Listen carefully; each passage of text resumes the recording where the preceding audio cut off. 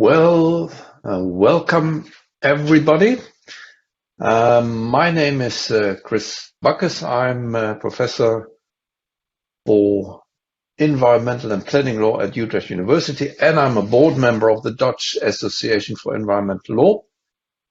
And I warmly welcome you to this session on CETA and on the relation between CETA and the possibilities of national and EU governments to regulate environmental aspects and transitions to, for example, the transition to carbon-free society. The direct cause of organizing this webinar were the discussions on ratifying CETA in Dutch Parliament. And not only in the Netherlands, but also in other member states, this is a very intensively and very controversially discussed topic. The board of the Dutch Association for Environmental Law noticed that many of its members, including the board members, don't feel well informed to participate in these discussions. International investment law is not what many of us deal with in everyday life and in their jobs as lawyers. CETA has been heralded as a gold standard for new EU trade agreements, mainly because of its sustainable development provisions. Others, however, are far more skeptical and characterize these provisions as greenwashing.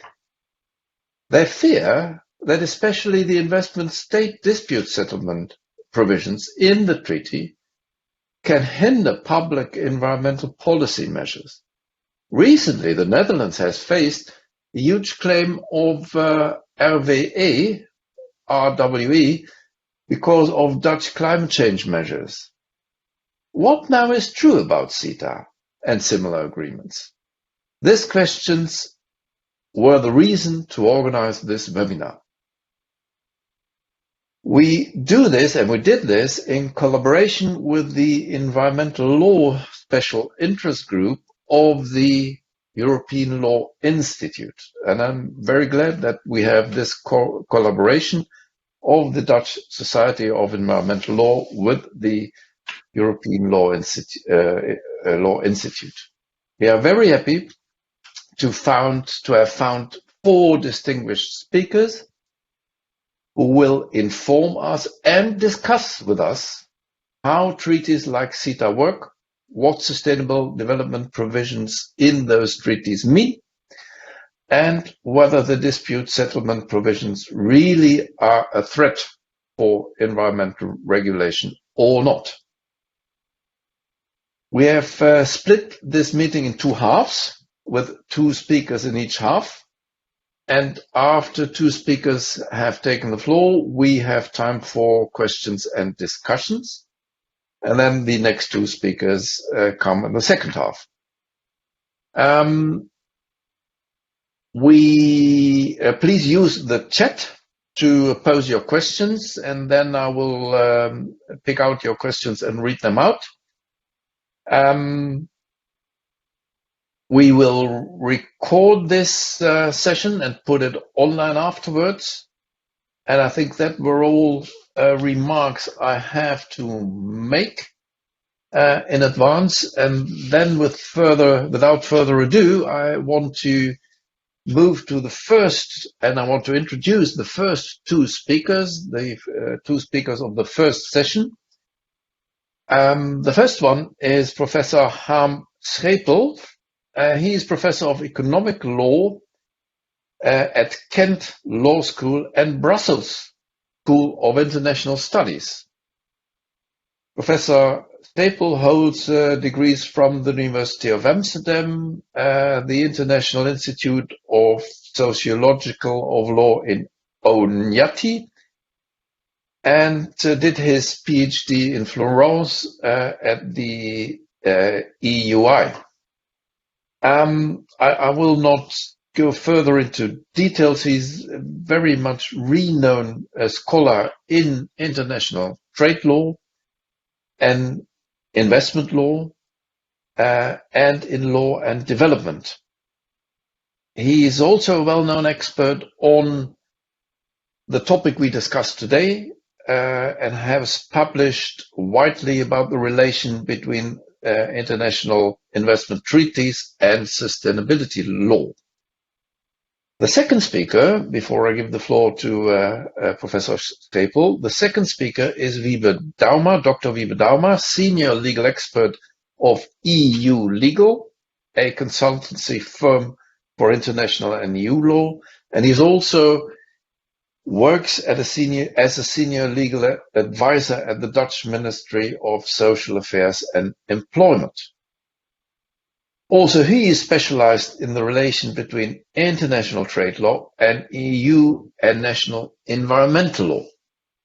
So I'm very glad that we have you two on board, and without losing more time, I would like to give the floor to Professor Schepel. I thank you very much. I think there will be a presentation put on the screen now, not by me, because I'm not capable of doing that. So thank you very much. Thank you for the introduction. Thank you for the invitation. What I was asked, there you go. What I was asked to do, or what we agreed that I would do, is try and give a general introduction to international investment law, the way it has developed, and how we should look at CETA in that light. And that should give some sort of background to the more specialized, or at least more focused presentations later, which shall have to do with specific environmental issues or angles. So I will try to do that. I will try to do that within 20 minutes. I always think that is going to be very easy. Of course, as all academics, I am completely incapable of time management, and so I probably will mess it up, but I will try to be quick and concise. First, generally a bit, Leon, if you could move to the first slide, please. So where does this strange creature come from, international investment law? So basically what it does, it gives protection to foreign investors under standards of international law, with direct access to dispute settlement, which is not tied to national domestic structures. Now, historically, this is very much a post-colonial exercise. That is, once the colonial rule stopped, and we had in the 1960s the independence movement, basically what happened is that multinationals that had large interests in several of these post-colonial countries sought protection, and quite literally sometimes wrote the basic documents from which international investment law developed. And so in many ways, international investment law is the legal successor to colonial rule, with all the connotations that that carries. Now, for several reasons, international investment law consists of a spaghetti bowl of bilateral investment treaties, by now over 3,000. Traditionally, these were seen as exceptions to general rules. The general rule is that countries have sovereignty over their natural resources, and that expropriation or nationalization is perfectly lawful under international law. They are not under bilateral investment treaties, and so one of the reasons why we have so many bilateral treaties is because they are still formally seen as exceptions to customary international law. So the vast majority of these bilateral investment treaties are signed between capital exporting nations, or traditional capital exporting nations, global north, let's say, and developing countries, or capital importing nations. Being treaties under international law, there is of course formal reciprocity. But of course, in the asymmetric world we live in, that is not really a big deal. So when the Netherlands says, well, we shouldn't worry about international investment law because we've never lost a case and very rarely have cases being brought against us, that is then fairly obvious because there might be Dutch investments in Zambia, but there is probably not a lot of foreign direct Zambian investment in the Netherlands. So they are formally reciprocal, but of course de facto they are not. The original rationale for these investment treaties was, the phrase goes, to insure against non-commercial risk, meaning the risk of corrupt judiciaries, unstable political environments, threat of revolutions, and God knows what. And so basically what home countries of international investors do is provide a risk insurance policy to their companies to make sure that they can find redress and remedy in case something goes terribly wrong. The trade-off, which has very tenuous empirical underpinnings, has always been this: developing countries commit to treating foreign investors to international standards of protection, and they outsource the dispute settlement attached to it, and so they allow these cases brought against them to be brought before international ad hoc tribunals rather than under domestic courts, as an exchange or as a promise to make sure that increased flows of foreign direct investment would flow to their country. Now, as I said, it is not clear at all from empirical evidence that signing bilateral investment treaties actually helps to attract investment, but that was the goal. Now, something strange happened towards the end of the 1990s. Well, not strange at all. Leon, if you could put the other slide on.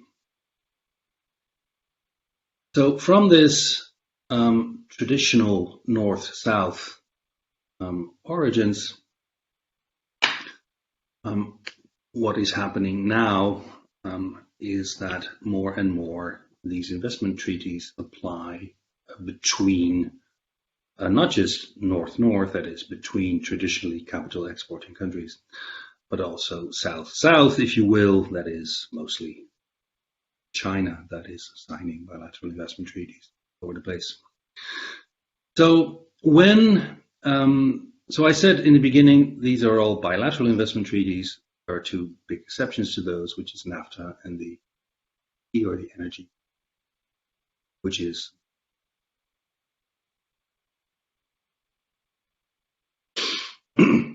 now these were traditionally, or at least the logic of them was classic FIT.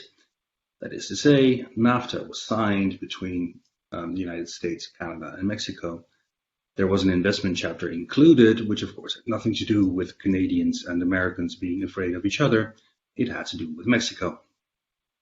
The ECT was signed not because EU member states were worried about the validity or the safety of their investments in each other. It was signed because post-communist countries being involved and the fear of whatever political turmoil and corruption was being played out there. But of course, these things are reciprocal, and what happened was, especially in NAFTA, that cases were brought against Canada and against the US, though the US has still never lost a single case. Weirdly, there was a movement wherein people started to think that actually the application of investment treaties between developed countries was a good thing. But why? Well, Leon, if you could move the slide.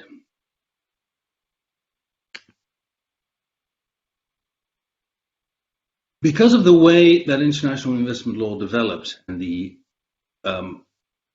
exponential increase in cases in the 2000s, way that most favored nation and forum shopping and treaty shopping happened. What Stefan Schiel of the University of Amsterdam called in his book, The Multilateralization of Investment Law, what he saw happening was this: a development that suggests the emancipation of international investment law from trans-border investment flows and its development toward a universal framework for structuring the relation between the state in general. And that, I think, is something you should keep in mind when we talk about CETA. That is to say, maybe it has far less to do with investment flows between Canada and the EU, and it has a lot more to do with a particular, if you will, neoliberal vision of the role of the state in the economy in general. Leo, next slide, please.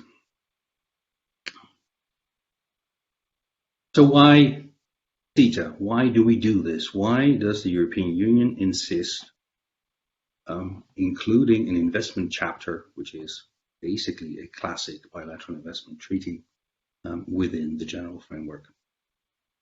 Now, of course, this discussion has been rehearsed ever since the Commission tried to do the same thing with the United States in TTIP, and the same arguments more or less applying. So why would we do this? Is it necessary, CETA? Is the investment chapter necessary to attract more investment? Is it in any way plausible to think that protection under international law will convince more Dutch investors to invest in Canada or Canadian investors in the Netherlands? Is it conceivable that one of the reasons why Canadian investors are not now investing in the Netherlands is because they don't trust the judicial system, or because they're afraid that some sort of giant revolution will take place in the Netherlands and a communist party will take over the country and nationalize all industry? And this is, of course, patent nonsense. Nobody can seriously argue that the investment chapter is necessary to attract more investment. Then, of course, there is the old trope of setting a new gold standard. That is to say, CETA, not by design, especially not by design of the European Commission, but by pressure, intense pressure by NGOs, political opponents, CETA is now a fairly modern, enlightened treaty. Now, that is a very low bar in international investment law, but as far as international investment treaties go, CETA is undoubtedly a very progressive thing. So this is vaunted as, well, this is the new gold standard for international investment treaties, and if Canada and the EU agree on this, and we'll have the international court system and God knows what, then perhaps we can extend this throughout the world. Yes, well, frankly, this is not to be taken seriously. If really the idea is to set a new gold standard, then what is necessary is that northern countries renegotiate old style bits with developing countries and start there and remedy what they have done wrong, and not start this between northern countries. Now, if you read the text, you find all sorts of strange things in the investment chapter. So, for example, do we really think that CETA is necessary to protect Canadian investors from, and I quote, targeted discrimination on manifestly wrongful grounds, such as gender, race, or religious belief, and from abusive treatment, such as harassment? And if you actually think that Canadian investors should be protected from this, anyone should suffer this kind of treatment, then you may wonder why it is only investors that should be protected from this and not, say, tenants or employees or people who are probably more prone to this behavior than investors. So the final rationale, and I think the one that we should consider most likely, is the old tying oneself to the mast agreement. That is to say, what the EU does and what the Dutch government will do if it actually ratifies CETA is tie itself to a mast. That is, it binds itself, it commits itself to certain standards of treatment to foreign investors. And again, this is probably not seen widely as something having to do with transatlantic capital flows, but more a general effort to ensure capital against political risk. And when I say political risk, I mean democratically legitimated decisions, for example, about the environment. Next slide, Leon. Thank you.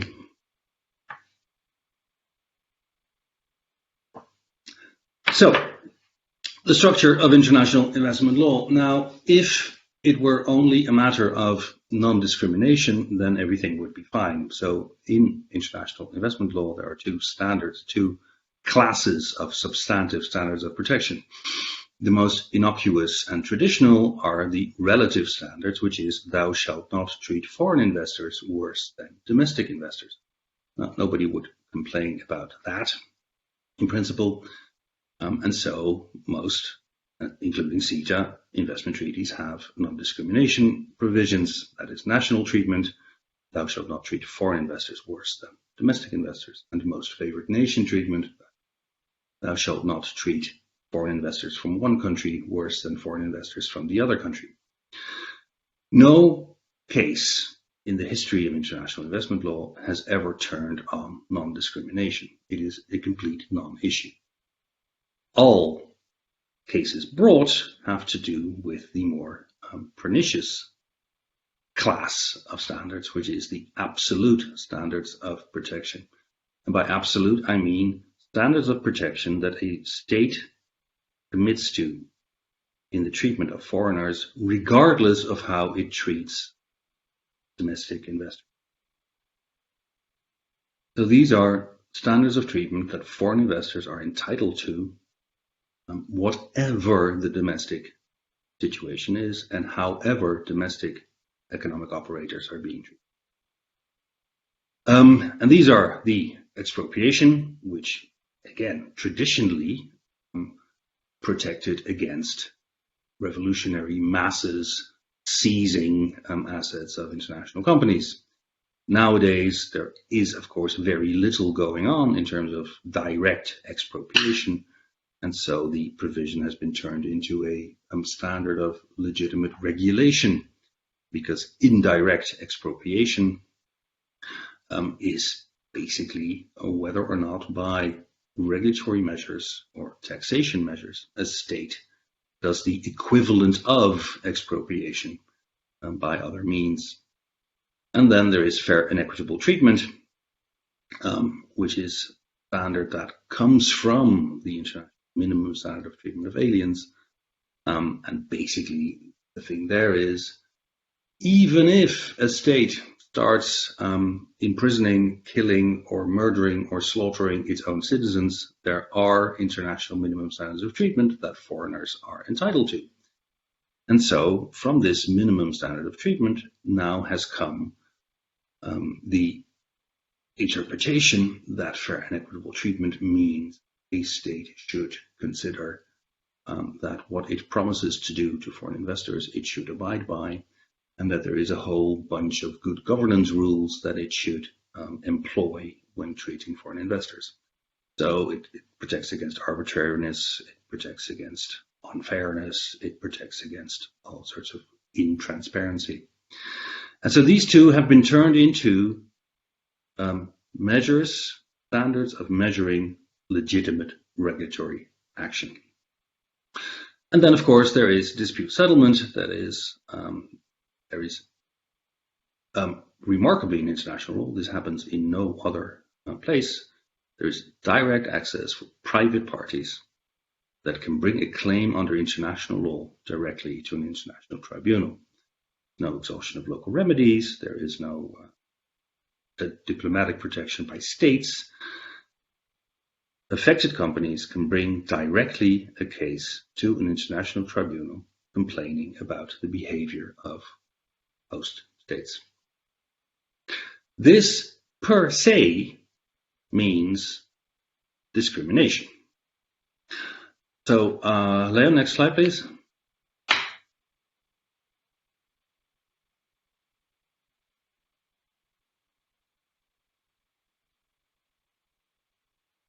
Oh, sorry, did I miss one? Okay, the next one, Leon, sorry. I was talking about that one forever.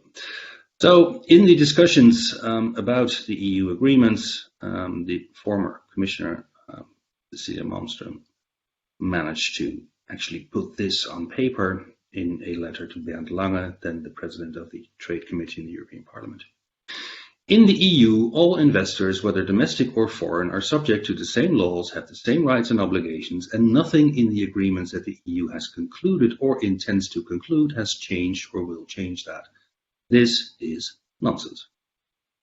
This is absolute nonsense, because there are absolute standards of treatment in CETA.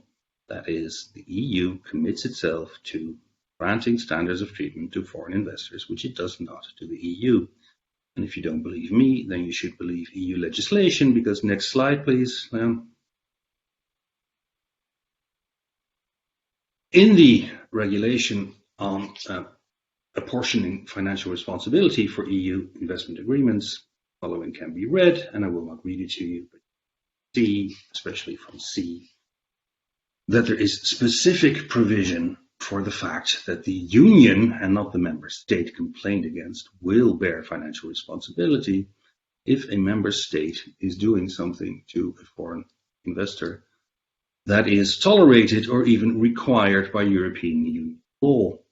And so the implication has to be that the CETA grants Canadian investors rights of treatment, even if those go strictly against the requirements of domestic or European Union. And so the greater rights trope is not just political nonsense, but legal nonsense as a matter of principle and as a matter of the structure of international law. Next slide, please, Leo. Could you wrap up within 2-3 minutes? I'm almost done. Thanks. This is just the definition of what an investment is, and all I want to say by this is you need to understand that Canadian investors are not Canadian investors. What is protected by CETA are Dutch companies. Canadian investments will take place in the Netherlands through the setting up of local companies, locally established companies. That is, companies that have the Dutch nationality and are hence EU companies. So what will happen, next slide please, and this is the last one. So this is what CETA does. It allows some, but not all, European companies with Canadian investors or shareholders or bondholders, to bring claims against member states for measures that are tolerated or even required by EU law. That also means that CETA obliges the Dutch government to treat some Dutch companies better than others.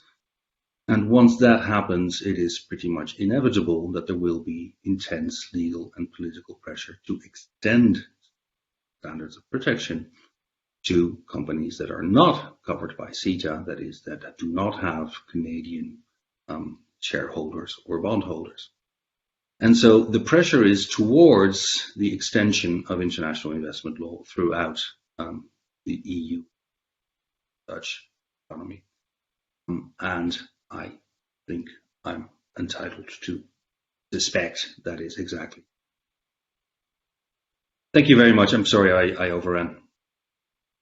No problem at all. Only 2 minutes. Thank you very much, Harm, for this very clear introduction into how investment law works, and especially for those amongst us like me who do not have a very much a clue how this works in general. We now move or focus more on how CETA especially works. You came to this in the end of your talk, and Alessandra Arcuri, Wybe Douma now will concentrate on CETA, and especially on the question whether CETA is a gold standard or whether it is greenwashing. Dr. Douma, you have the floor. Thank you very much, Chris. And thank you also, Harm, for this excellent introduction of this topic. With the help of the organizers, I hope that we can share my screen indeed, or share my slides, I should say. So gold standard or greenwashing indeed. What I found particularly interesting in Harm's talk was that he came up with an example of, in this case, Cecilia Malmström putting forward arguments which he qualified as nonsense. And having done some research in various aspects of CETA, this sounds all too familiar. And I will add a couple of similar examples during my presentation. If we can go to the next slide, then I'll show what topics I hope to deal with more particularly. I will set the background of promoting sustainable development by the EU very briefly and look at what that meant for EU trade agreements, and SD is the abbreviation for sustainable development here, lots of abbreviations here. Then I will turn to CETA specifically, of course, and look at one aspect, namely the preparation of CETA through the system of so-called trade sustainability impact assessments, or SIA, trade SIA, and I'll say a few things about ISDS, so Investor State Dispute Settlement, and ICS, the investment court system introduced. And then I'll turn to the sustainable development chapters and finally some concluding remarks. The next slide, first topic, EU goal of promoting sustainable development. That's already in the treaties for quite a while. There is an integration principle which says that environmental protection requirements must be integrated into any EU policy to promote sustainable development. And later on, it was added that the Union has as a task promoting sustainable development in the European Union and outside the European Union. That's Article 3 of the Treaty on the European Union. And then on top of that, all of that, again, it was if you go to the next slide, it was confirmed that this also holds true, integration and promoting sustainable development for international relations in its external action. So when it is preparing, for instance, trade agreements, it should aim at promoting sustainable development. And even if it's about other actions, like the import of soya or forestry products, we should look at external aspects. What does it mean for other countries if we are starting importing forest products or palm oil, to name but one other example? And also, there should be a consistency between the different areas of external actions and other policies. All right, so that's the scene against which the EU, if we go to the next slide, is to act in its trade policy. Now, in what way did the EU give effect to the idea of integrating sustainable development promotion into its trade policy? Well, in 1999, they introduced a system called the Trade Sustainability Impact Assessment, which is governed by guidelines on the process by which a consultant, when there is the plan to adopt a new trade agreement, assesses what the effects will be on what economic effects this trade agreement will have, but also what effects it will have in the area of social affairs. So what the rights of workers, for instance, will be, and in the field of what will the effect be on the protection of the environment and sustainable development. So that exists since 1999. But in practice, I'll tell you that immediately, it seems as if the only thing that matters still to DG Trade is the economic assessment. So the trade aspect and not the non-trade concerns as they are typically called, so the social and environmental aspects. And just to give you one example, I was in an international conference recently to which I contributed, and a representative of DG Trade, so the very part of the commission that is in charge of the Trade Sustainability Impact Assessment system, introduced this impact assessment as a way of looking at the economic aspects. So he didn't even mention the social and the environmental aspects. And I found that looking at how the system is used, I could understand his mistake. But unfortunately, it is well, it has different effects, and I'll get into some of the aspects of this. So, like I said, an outside consultant is actually the one who's writing the assessment, and is also the one who organizes consultations. So this, if you want to have, as an NGO or an individual, to have your say on what you think about a future trade agreement, that's the moment you have to do it. You can't do it at the website of the European Commission, for instance. You have to find the specific website for this specific trade agreement, set and run by the private company that's doing the assessment, and there, in just a handful of sessions, you have the possibility to bring forward your arguments, and then, if all goes well, the European Commission, I should say, would react with a so-called position paper, and those two documents, so the assessment itself and the position paper in which the EC explains what it takes on board and what it doesn't accept, should feed into what the EU negotiators are doing. So they should be finalized before the end of the negotiations. And that didn't go well. Wasn't going the way, this wasn't the way it happened under CETA. The consultant was ready, but the position paper was never issued before the negotiations were over. So, well, they don't abide by their own rules, which is one point of discontent. Anyway, this system was set up in 1999. By 2008, this brought about the fact that in EU trade agreements, chapters on trade and environment were introduced. However, they contained rather vague norms on the one hand, and they can't be enforced, at least not through regular dispute settlement mechanisms, and definitely there are no sanctions. If we go to the next slide, let's see what that means in practice for CETA. Like I said, the aim should be promotion of sustainable development. However, trouble starts immediately when you look at the negotiation directives. They only say, well, yeah, you can do so by mentioning sustainable development in the preamble and recognizing that it's an overarching objective. So I wouldn't call that promoting or supporting sustainable development. In fact, in reality, usually it's just minimizing the negative effects of a trade agreement on sustainable development. Then if we turn to the trade sustainability impact assessment prepared in advance by an independent consultant, you will read that it sets out clearly that the treaty will bring about increased trade, obviously, which will lead to more CO2 emissions, for instance. And also very interesting aspect of this particular impact assessment, the consultant said there's no need between the European Union and Canada, for reasons that Harm already went into, to introduce a system of ISDS at all.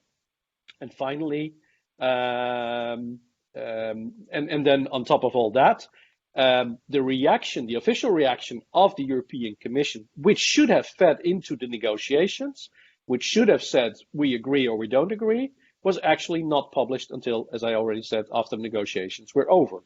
So no abiding by the rules set by yourself.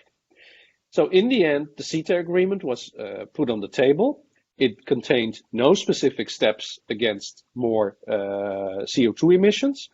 It contained originally the very type of ISDS that Harm was discussing, which really was far away from desirable in a relationship between two developed parties.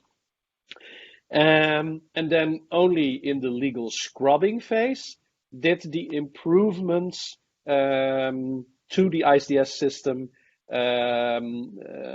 come about. So behind closed doors, as a surprise, all of a sudden ISDS was rebranded into ICS, which, like Harm also already mentioned, has advantages, but still there are issues. And on the next slide, I have one particular issue that Harm in his publications has also touched upon. CETA so if the next slide can be on the screen, you will see a provision that exempts non-discriminatory measures designed to protect public welfare objectives are exempted from the definition of indirect expropriations. So far, so good. Unfortunately, it is still left up to the ICS to decide that in certain specific instances, for instance, measures against climate change are excessive, and then still reparation of damages could be awarded. So, but then that's all I'm going to say about that particular aspects of the content. If we go to the next slide, I'll turn to some of the arguments put forward by the Dutch government in the debate in Parliament. And one of the recurring arguments there is there are over 80 bilateral investment treaties, and we never had a claim against the Netherlands. So it is there's no reason to assume that CETA will change this. My argument when I was part of an expert group in Parliament was, well, these BITs are with countries in which the Dutch are investing. And so it's not like investors from those countries are investing in the Netherlands. So it's logical that there's no claims from these countries against the Netherlands. The Dutch investors are bringing the claims against these third countries. However, the Canadians are already, in spite of, or before, I should say, CETA came into being, investing billions in the European Union and the Netherlands. They are used to bring a substantive amount of ISDS claims, so there's no reason to assume this will differ under CETA. So we can expect, in my view, in spite of the fact that some higher hurdles are introduced to bring such claims, I still think there's no reason to assume that we can't expect claims. If I turn to the next slide, of course, we're now in a situation that CETA is being provisionally applied, except for the part on ICS, and still the Dutch Senate, the French Senate, Cyprus Parliament have to be convinced. Time doesn't allow me to go into details of this, so I'll turn to the next slide and go to the actual trade and sustainable development chapters, which are actually 3 in CETA. I'll just concentrate on one example of a provision. In these chapters, it says the parties recognize that it is inappropriate to encourage trade by reducing the levels of protection afforded in their environmental law. So that's wonderful. Okay, that's a good, yeah, is it, or is it? It says you can't reduce your protection levels, but only if this is to reduce or to encourage trade. So if you do it for another reason, it's allowed. And in practice, it shows that it's very hard to actually prove that what you're doing, if you lower your protection levels, that you're doing so in order to improve trade. So a much better solution is what happened under the US, Mexico, and Canada agreement, so the follow-up on NAFTA. There they said, okay, if you're accused of lowering, or if it is clear that you are lowering your levels of protection, then it is up to you, the one that is accused, to prove that you didn't do so in order to encourage trade. So a reversal of the burden of proof would really be a gold standard, and what is introduced in CETA so far isn't. If we turn to the next slide, I already told you that the rules of these chapters on sustainable development do not allow for access to general dispute settlement rules. The only thing that's possible is that a panel of experts issues recommendations, and those that violate the rules shall then endeavor to identify an appropriate measure to counter this situation. This is translated by the Dutch government in the debate in Parliament as a duty to take measures. I'm sorry, if it's just recommendations issued, then and there is no sanction available if you don't follow up the recommendations, but there is just the possibility to keep on talking to persuade a party. I don't see that as a duty. If we go to the next slide, I'll go into a little bit more detail on this. So the Dutch government and others are stressing that the provisions are legally binding. Yeah, true. That they can be enforced. I'd say no. because merely issuing recommendations is no enforcement if no sanctions are available. It's no enforcement, at least in the legal sense, merely putting pressure on parties. And like I said, this is done better in the USMCA, which, by the way, weren't many of these rules weren't in the original in the original treaty put forward to Parliament, but there Congress said you must improve these rules, otherwise we will not ratify. So if you have a spine, you can actually achieve such improvements even after the negotiations are formally over. I come to my concluding remarks on the next slide. In the process of CETA, we have seen that the way in which the treaty came about wasn't in line with the rules that, in the form of guidelines, so non-binding rules, they were not observed. Now, this is happening frequently, and even stronger so in the ongoing treaty negotiations, or I should say in the case of EU-Mercosur, negotiations are over. But again, the guidelines were not observed. And the EU Ombudsman recently, in the slides, I have a link also to other issues I mentioned, called the fact that these guidelines weren't observed maladministration. So that's quite a slap in the face of the European Commission, but totally justified. And in the case, as I said, in the case of CETA, they were also not observed. So then, as for the lack of sanctions in the Sustainable Development chapters, maybe in practice with Canada, that's not a real issue. But if you want to herald CETA as a gold standard, we have to think of the next treaty in line, and that's the EU-Mercosur treaty. Now imagine that Mr. Bolsonaro is confronted with a panel of experts saying, Mr. Bolsonaro, the fact that under your reign, the deforestation has gone up by 30%, and you should stop doing that because that would be in violation of the rules in the EU-Mercosur treaty.